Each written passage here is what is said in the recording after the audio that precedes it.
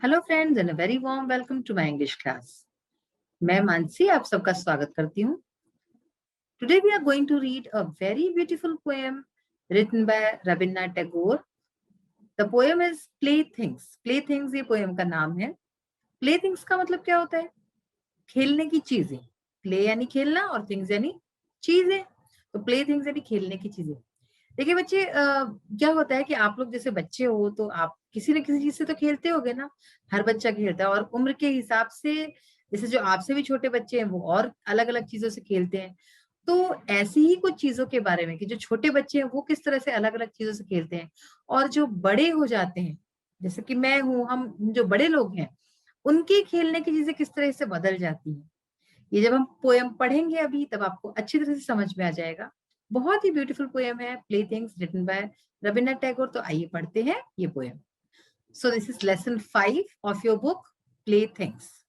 Now as you can see in this picture there is a little boy. छोटा सा बच्चा है, छोटा सा लड़का है, खेल रहा है चीजों से। टहनियां हैं और पत्थर है, इन चीजों से खेल रहा है। और यहाँ पे एक बड़ा बुजुर्ग जो है वो खड़ा इसको देख रहा है बच्चे को। तो इसी के ऊपर बेस्ड ये पोयम है कि ये जो आदमी है, जो एडल्ट आदमी है वो बच्चे को देख रहा है और वो उससे कंपेयर कर रहा है कि कैसे ये बच्चा हर किसी चीज से खेलता है पर हम नहीं कर पाते इस तरह की चीज। तो first of all we will recite the full poem and then we will try to understand it. Child, how happy you are sitting in the dust, playing with a broken twig all the morning. I smile at your play with that little bit of a broken twig. I am busy with my accounts, adding up figures by the hour. Perhaps you glance at me and think, what a stupid game to spoil your morning with. Child, I have forgotten the art of being absorbed in sticks and mud pies. I seek out costly playthings and gather lumps of gold and silver. With whatever you find, you create your glad games. I spend both my time and my strength over things I never can obtain. In my frail canoe, I struggle to cross the sea of desire and forget that I too am playing a game. Rabindranath Tagore. तो बहुत ही प्यारी poem है। आइए देखते हैं इसमें इसका meaning क्या है। Child, how happy you are sitting in the dust. बच्चे, चाइल्ड यानी क्या? बच्चा।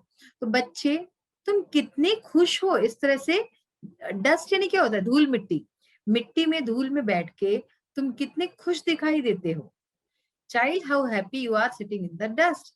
बच्चे, तुम कितने खुश हो मिट्टी में बैठ के। Playing with a broken twig all the morning.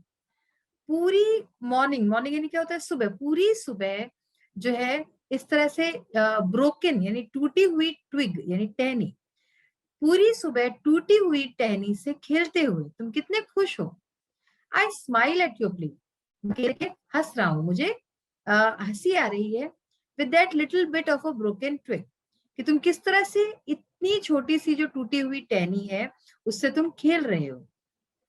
मेरे चेहरे पे मुस्कान है। स्माइल यानी मुस्कान। तो मेरे चेहरे पे देख के मुस्कान आ रही है तुम्हारा खेल देख के। I am busy with my accounts adding up figures by the hour. जबकि एक तरफ वो बच्चा है छोटा जो इस तरह से छोटी सी टहनी से खेल के भी खुश है। और अब वो आदमी कह रहा है खुद के लिए कि मुझे देखो, मैं किस तरह से व्यस्त हूं, मैं बिजी हूं। मेरे अकाउंट्स, जो मेरा लेखा जोखा खाता, वही खाता जो होता है अकाउंट्स, मेरे अकाउंट्स में एडिंग अप फिगर्स यानी फिगर्स यानी जो नंबर्स होते हैं उनको जोड़ना घटाना, इनको ऐड करना है ना, उनको जोड़ने में बाय द आवर, घंटों में यही सब करने में बिजी हूँ। Perhaps you glance at me and think, शायद तुम मेरी तरफ देखते होगे और सोचते होगे, what a stupid game to spoil your morning with, कि कितना जो है स्टूपिड गेम है, कितना बेवकूफी भरा गेम है, ये खेल है ये अपनी सुबह बर्बाद करने के लिए। Child, I have forgotten the art of being absorbed in sticks and mud pies. तो यहाँ पे कह रहे हैं कि बच्चे, मैं भूल चुका हूं ये कला of being absorbed in sticks, इस तरह से खुद को डुबाने की कला है ना। एब्सॉर्ब यानी कि बिल्कुल डूब जाना। जो जैसे छोटे बच्चे होते हैं वो किसी खेल में पूरे डूब जाते हैं, गुम हो जाते हैं। तो मैं ये कला भूल चुका हूँ स्टिक्स एंड मड पाइस, लकड़ियों, ये छोटी छोटी डंडियों से और मिट्टियों में अपने को भूल जाने की इस कला को मैं भूल चुका हूं। आई सीक आउट कॉस्टली प्लेथिंग्स, अब मैं सीख यानी कि ढूंढना, अब मैं महंगी जो है खेलने की चीजें ढूंढता हूँ। And gather lumps of gold and silver, और अब मैं इकट्ठा करता हूँ, गैदर यानी इकट्ठा करना, मैं इकट्ठा करता हूँ सोने और चांदी के ढेर को, है ना, लम्स, उसके इतने सारे ढेर को मैं इकट्ठा करता हूँ। With what ever you find you create your glad games, तुम्हें जो कुछ भी मिलता है तुम उससे ही अपनी खुशी खुशी अपने गेम्स बना लेते हो और उससे गेम्स खेलते हो। I spend both my time and strength over things I never can obtain, और दूसरी तरफ मैं हूं जो अपना समय, टाइम यानी समय, और स्ट्रेंथ यानी शक्ति, और एक तरफ से तुम हो जो तुम्हें जो कुछ भी मिलता है तुम उससे ही खेलते हो और उसमें खुश रहते हो। दूसरी तरफ मैं हूं जो मैं अपना समय और अपनी शक्ति दोनों जो है स्पेंड करता हूँ, दोनों व्यतीत करता हूँ over things I never can obtain, ऐसी चीजों में जिसको मैं कभी पा नहीं सकता, उन चीजों को पाने के लिए मैं अपना टाइम और अपना स्ट्रेंथ, अपनी शक्ति को जो है स्पेंड करता हूं। In my frail canoe I struggle to cross the sea of desire. First of all frail, frail मतलब वीक, कमजोर, कैनॉय मतलब नाव, छोटी सी नाव। तो मेरी जो छोटी सी कमजोर सी नाव है उसमें मैं I struggle to cross the sea of desire, sea यानी क्या होता है, समुद्र, डिजायर यानी कि इच्छाएं, जो इच्छाओं का जो समुद्र है उसमें मैं अपनी छोटी सी कमजोर सी नाव लेके मैं स्ट्रगल करता हूं उसको पार करने को, ठीक है ना, मैं उसको पार करने के लिए बहुत ही ज्यादा मेहनत करता हूँ, स्ट्रगल करता हूँ इच्छाओं का जो समुद्र है उसको पार करने की। And forget that I too am playing a game, और मैं ये भूल जाता हूँ कि मैं भी एक गेम खेल रहा हूँ। लेकिन जैसे छोटे बच्चे होते हैं, इस पोएम में जैसे बताया गया, टहनियों से खेलते हैं, मिट्टी में खेलते हैं, उन्हें कोई फर्क नहीं पड़ता कि हम गंदे हो रहे हैं क्या हो रहे हैं ना, और घंटों खेल सकते हैं, वो दिन दिन भर खेल सकते हैं। लेकिन जब बड़े हो जाते हैं तो वही सोना चांदी और बड़ी बड़ी चीजों में हमारा ध्यान गुम हो जाता है और हम इन छोटी छोटी चीजों में खुश होना भूल जाते हैं। तो यही ये बात कही गई है इसमें, रविन्द्रनाथ टैगोर ने बहुत ही सुंदर शब्दों में ये बात कही है। अब देखिए कुछ न्यू वर्ड्स जो हमने आज इस पोएम में सीखे वो कौन से हैं।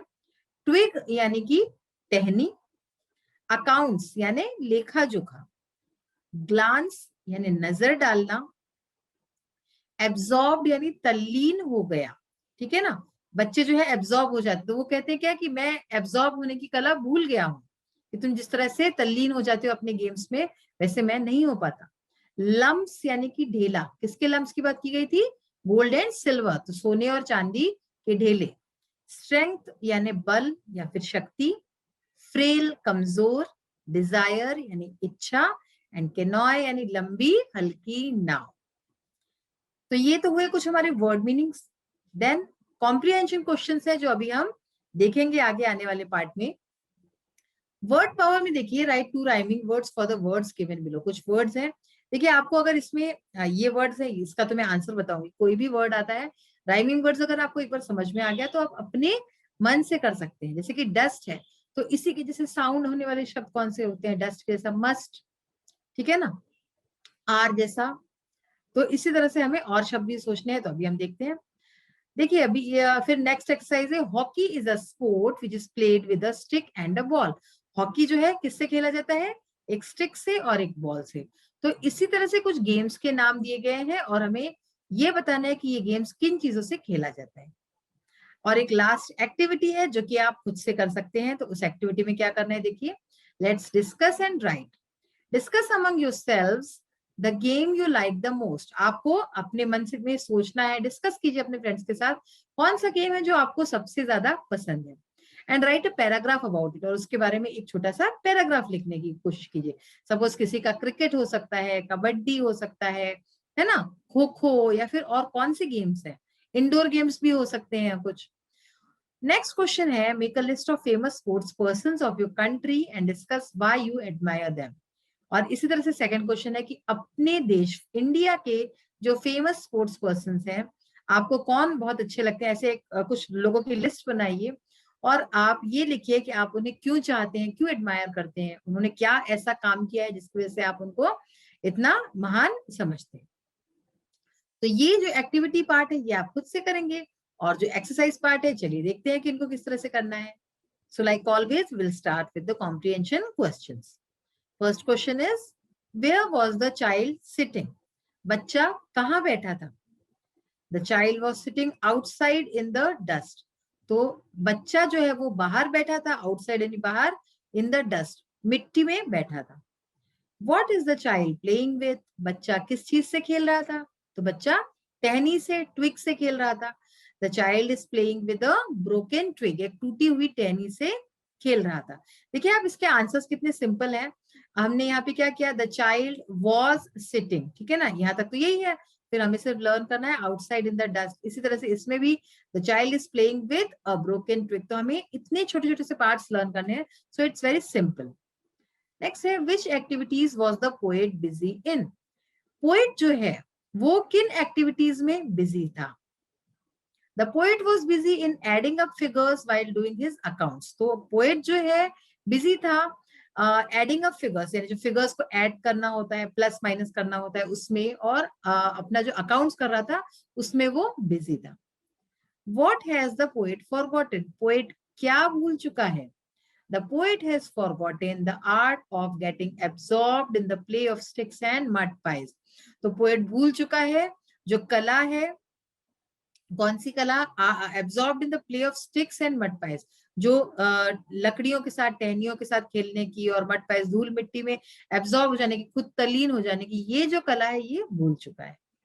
What did the poet struggle to cross?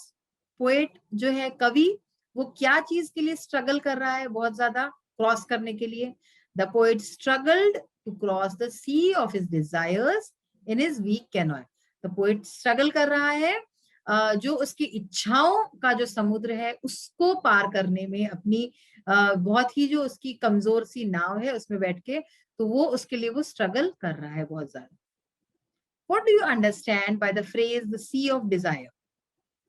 इस फ्रेज से आप क्या समझते हैं? द सी ऑफ डिजायर, ये जो एक फ्रेज है, कहावत है, इससे आप क्या समझते हैं? सी ऑफ डिजायर यानी कि इच्छाओं का समुद्र.